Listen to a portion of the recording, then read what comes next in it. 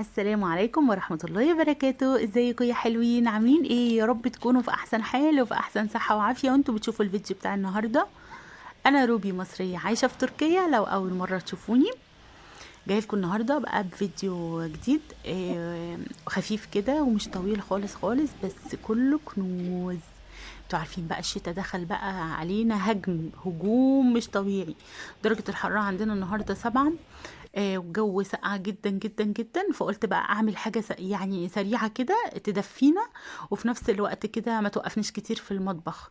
بس قبل اي حاجة هعمل القهوة بتاعتي، هشربها اظبط دماغي الاول. قبل اي حاجة اشرب قهوتي واظبط دماغي، وبعدين ندخل على الوصفة الجميلة القمر اللي احنا هنشوفها مع بعض دلوقتي.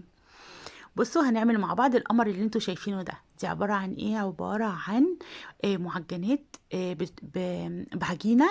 عايزة اقول لكم يعني هشة وقطنية بطريقة رهيبة. هتشوفوا دلوقتي معايا. سهلة جدا، ما فيهاش اي افتكاسات، بسيطة، مكوناتها موجودة في كل بيت. وان شاء الله بإذن الله لو اول مرة تخشي المطبخ واول مرة تبدأي في العجين هتطلعي احلى نتيجة، وهتطلعي حاجات كمان طبق احلى من ده 100 مرة بإذن الله. ربنا يحسن ما بين ايديكم وتقفوا تعملوا لاولادكم وتعملوا لنفسكم كل اللي بتتمنوه، اللهم امين يا رب العالمين. اول حاجه انا معايا همشي معاكم واحده واحده عشان ما نتوهش من بعض. دول 4 كوبايات من الاكواب المعياريه، لو نخلتيهم يبقى خير وبركه. النهارده انا ما نخلتهمش. ماشي، هدخل في المكونات على طول. حطيت رشه من الملح على الدقيق بتاعي، ومعايا كوبايه من الاكواب المعياريه حطيت عليها معلقه كبيره من السكر وباكت خميره 11 جرام، ودول معلقتين كبار من حليب البودر. تقدري تستغني عن الحليب البودر لو مش عندك، وتحطي بدل كوبايه الميه مثلا ممكن تحطي نص لبن ونص ميه، او تحطي معلقه زبادي لو عندك. تمام تمام.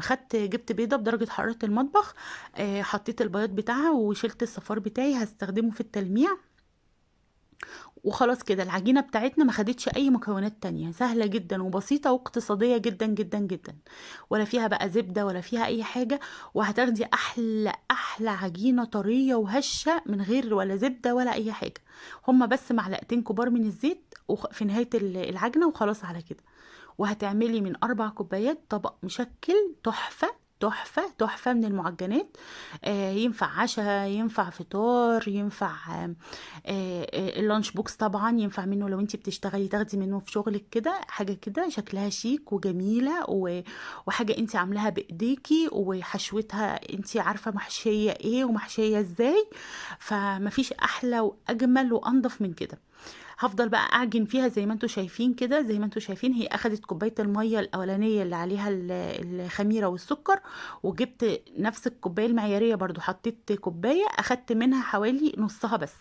ماشي. طبعا هي دي ايه يعني، كل دي يعني مقدار الميه ده بيبقى تقريبي، لان ال الدقيق كله ما بيبقى زي بعضه، مش بيتقبل السوائل كله زي بعضه. يعني في دقيق بيتقبل سوائل، في دقيق ما بيتقبلش. على حسب الدقيق بتاعك انت انزلي بقى بالميه بالتدريج علشان تظبطي العجينه بتاعتك. بصوا انا طبعا ما حطيتش على وشها زيت، فعشان كده لزقت شويه. بس بصوا، بصوا العجينه من جوه بتتنفس ازاي. تحفه، مخدومه كويس جدا ومعجونه كويس جدا جدا ومرتاحه كويس جدا جدا جدا. دلوقتي زي ما انتوا شايفين خلاص بقى هبدأ ايه اشكلها. يعني خلاص ما خدتش مني اي وقت. على مفرش سيليكون كده او اي حاجة، او مسحي الرخامة بتاعتك واستخدميها عادي. انا هقطع دلوقتي، هاخد جزء من العجينه هقطعها كده زي ما انتوا شايفين. هقطعها ايه، حبه حبه. هي اصلا 4 كوبايات. سبحان الله، هم 4 كوبايات لكن هاخد منها كميه كبيره. وطبعا انا عامله التقطيعات بتاعتها كبيره زي ما انتوا شايفين. لو انت مثلا ولادك صغيرين وحابه تصغري شويه القطعيه، فبايديكي خالص ان انت تقطعي وتتحكمي يعني في حجم الفطيره بتاعتك. بصوا ده شكل جديد خالص. بصوا انا عملت شكل مستطيل، وقفلت الجناب كده زي ما انتوا شايفين، وقلبته على ظهره. هحط الحشوه من الظهر كده زي ما انتوا شايفين. اي حشوه عندك، اي حشوه عندك حابه تستخدميها استخدميها. انا النهارده استخدمت خضار مبشور مع جبنه اللي هي عامله زي الجبنه القريش، مع جبنه كريميه، مع بقدونس. بصوا اللي موجود عندك اعمليه، تقدري تستبدليه باللحمه المفرومه، تقدري تستخدميها بالفاهيتا بتاعت الفراخ اللي هي متقطعه مكعبات مع فلفل مع بصل مع خضار. تقدري كمان تعملي مشكل جبنه قديمه. تقدري لو حشوات بقى عايزه حشوات حلوه، ممكن النوتيلا، ممكن تستخدمي القرفة والسكر. الحشوة بتاعت السينابون دي بتبقى حلوة جدا. تقدري تستخدمي على فكرة الحشوة بتاعت فطيرة التفاح اللي عملناها مع بعض، اللي هي بتاعت طرط التفاح، اللي هو التفاح المطبوخ مع القرفة والسكر على النار مع الزبدة، بتدي نكهة وريحة رهيبة. كل دي أفكار ممكن تعمليها وهتساعدك قوي ان انت تطلعي أحلى طبق معجنات، سواء حلو سواء حادق، ان العجينة بتاعتنا تمشي لكل الأغراض. تقدري تحشيها أي حشو انت حباه. بصوا والاشكال بتاعتنا جديده وجميله ازاي. انا بقى هعمل اكتر من شكل، عايزه اعمل طبق مشكل كده معجنات يفتح النفس على الاكل، حاجه كده رهيبه ابسط بيها نفسي، اكل الحاجه كده وانا مبسوطه، والولاد كمان اغريهم عشان ياكلوا الحاجه. انتوا عارفين الولاد بيهمهم قوي موضوع الشكل، يهمهم قوي ان هم ياكلوا الحاجه بشكل جميل. فاحنا بنحاول بقى نقعد نغريهم كده عشان ايه؟ عشان ياكلوا الحاجه وما يدوخوناش. هعمل بقى شكل تاني جديد زي ما انتوا شايفين. الشكل يعني شكل جديد عن، يعني هو احنا عملناه قبل كده، بس هو شكل جديد عن اللي احنا شكلنا دلوقتي. بصوا انا هقفل كده، هحط على جنب، هحط الحشوه بتاعتي على جنب وهقفلها كويس كده من الطرف بتاعها. وبعدين هجيب قطعه البيتزا كده، عارفين نفس الحركات بتاعت الكرواسون كده، نفس الشكل كده تقريبا. بصوا تدي منظر حلو جدا. وهقفلها كده من الجنب، عايزه تخليها كده هلال، اللي هو منظر هلال كده، تمام. ممكن تقفليها كده زي ما انا قفلتها، بتبقى شكلها حلو جدا. بصوا هعيد الشكل ده تاني، انا هعمل منه اتنين. حلوة جدا. بصوا العجينة مرتاحة قوي، اللهم بارك. بتتفرد معايا ما بتلمش، مع ان هي محطوط تحتها زيت وبتتفرد بزيت، بس مع ذلك ما بتلمش لان هي معجونة كويس جدا. مقاديرها مظبوطة كويس جدا جدا جدا. بصوا اسرار العجينه الكويسه، عشان تعجني عشان تاخدي عجينه كويسه لازم تعجني فيها كويس جدا جدا جدا، وتسيبيها ترتاح كويس قوي. لو انت في حر مش هتاخد منك وقت، لكن لو انت في ساقعه زينا كده، احنا درجه الحراره زي ما قلنا 7. فدرجه الحراره يعني عايزه اقول لكم ساقعه جدا جدا. فاحنا ايه بقى، بدفيها وبحطها، يعني بدفي الفرن شويه وبسيبها تخمر كده شويه علشان تخمر بسرعه. لكن لو هنسيبها بقى على درجه حراره الجو، يعني اقول لكم على كمان يومين ثلاثه كده هتخمر. الجو تلج يا جماعه والله العظيم. عايزه اقول لكم تفتحي الحنفيه بتحسي ان الحنفيه مجرد ما تفتحيها بتشبر ايدينا. عايزه اقول لكم لو مثلا يعني الفتره اللي فاتت دي كان الكومبي عندي اللي هو التدفئه بتاعه الشقه ما كانتش شغاله. كان فيها عطل، يعني عشان كان بقالنا كتير ما شغلناهوش طبعا عشان كان صيف وكده. فعايزه اقول لكم اما كنت مثلا في حاجه بتستدعي ان انا اغسل مواعين مثلا على ايدي، او انضف خضار، انضف فراخ، اعمل حاجه، عايزه اقول لكم كنت بحس ان ايديا بتزرق من الميه الساقعه. عايزه اقول لك الجو صعب صعب صعب هنا بطريقه مش طبيعيه. ربنا يرحمنا كده برحمته. والله انا مش عارفه الناس بتتحمل ازاي الكلام ده. ربنا كده يعديها على خير والله بجد. ما اعرفش هما، هو جوهم بقى ومتعودين عليه، لكن احنا لغايه النهارده احنا بقالنا سنتين اهو، بس والله مش عارفين نتاقلم خالص على موضوع الجو الصعب ده. دعواتكم دعواتكم. فاحنا بقى بنقعد نتحايل ونفضل نعمل حاجات حلوة عشان تدينا طاقة وتدفينا ونتخن، ويعني أيام ما يعلم بيها إلا ربنا. فزي ما انتوا شايفين كده عملت فردت اخر قطعه دي، اخر قطعه من العجين، فردتها دايره كبيره وحطيت بقيه الحشوه بتاعتي كلها وفردتها. وبعدين عملت رول كبير، وبعدين بالقطعه بتاعت البيتزا قطعت كده يعني قطعه كده زي ما انتم شايفين، وبططتها تبطيطه بسيطه خالص.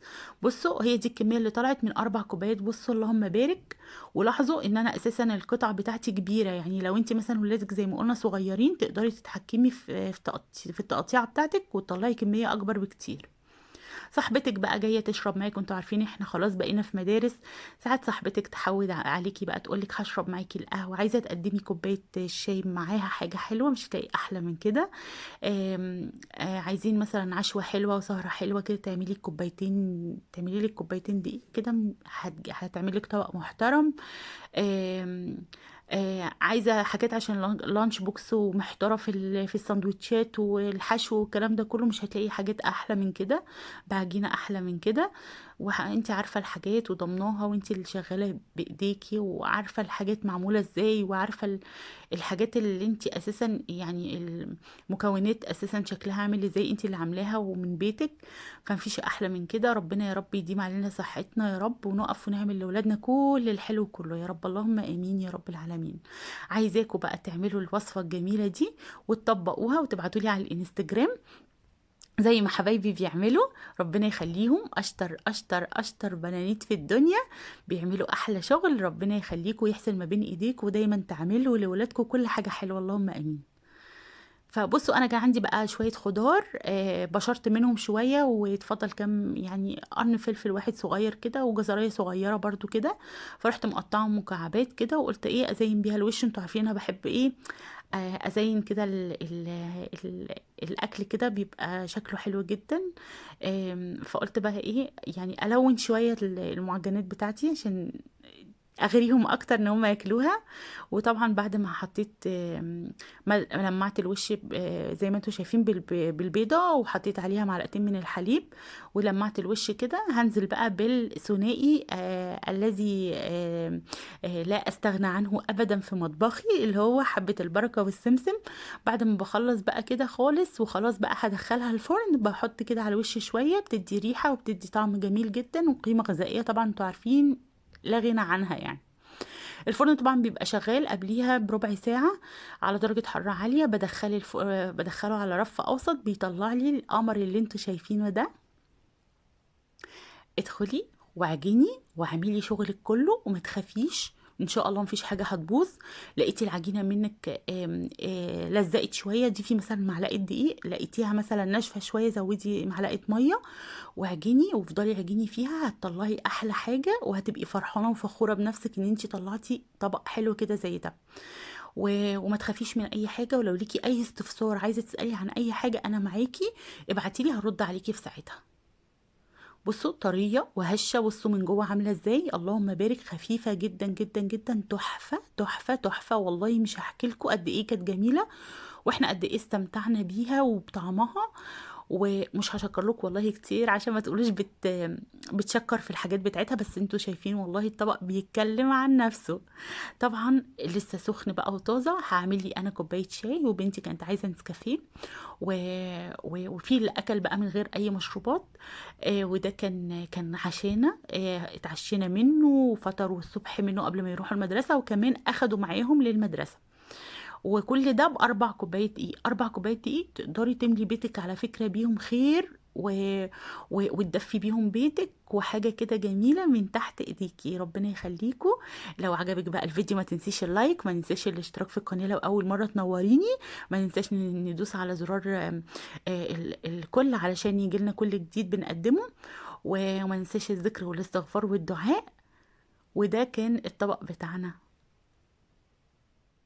مش عايزاكم تنسوا كومنت القمر اللي بيشجعني دايما. اشوفكم على خير، باي باي.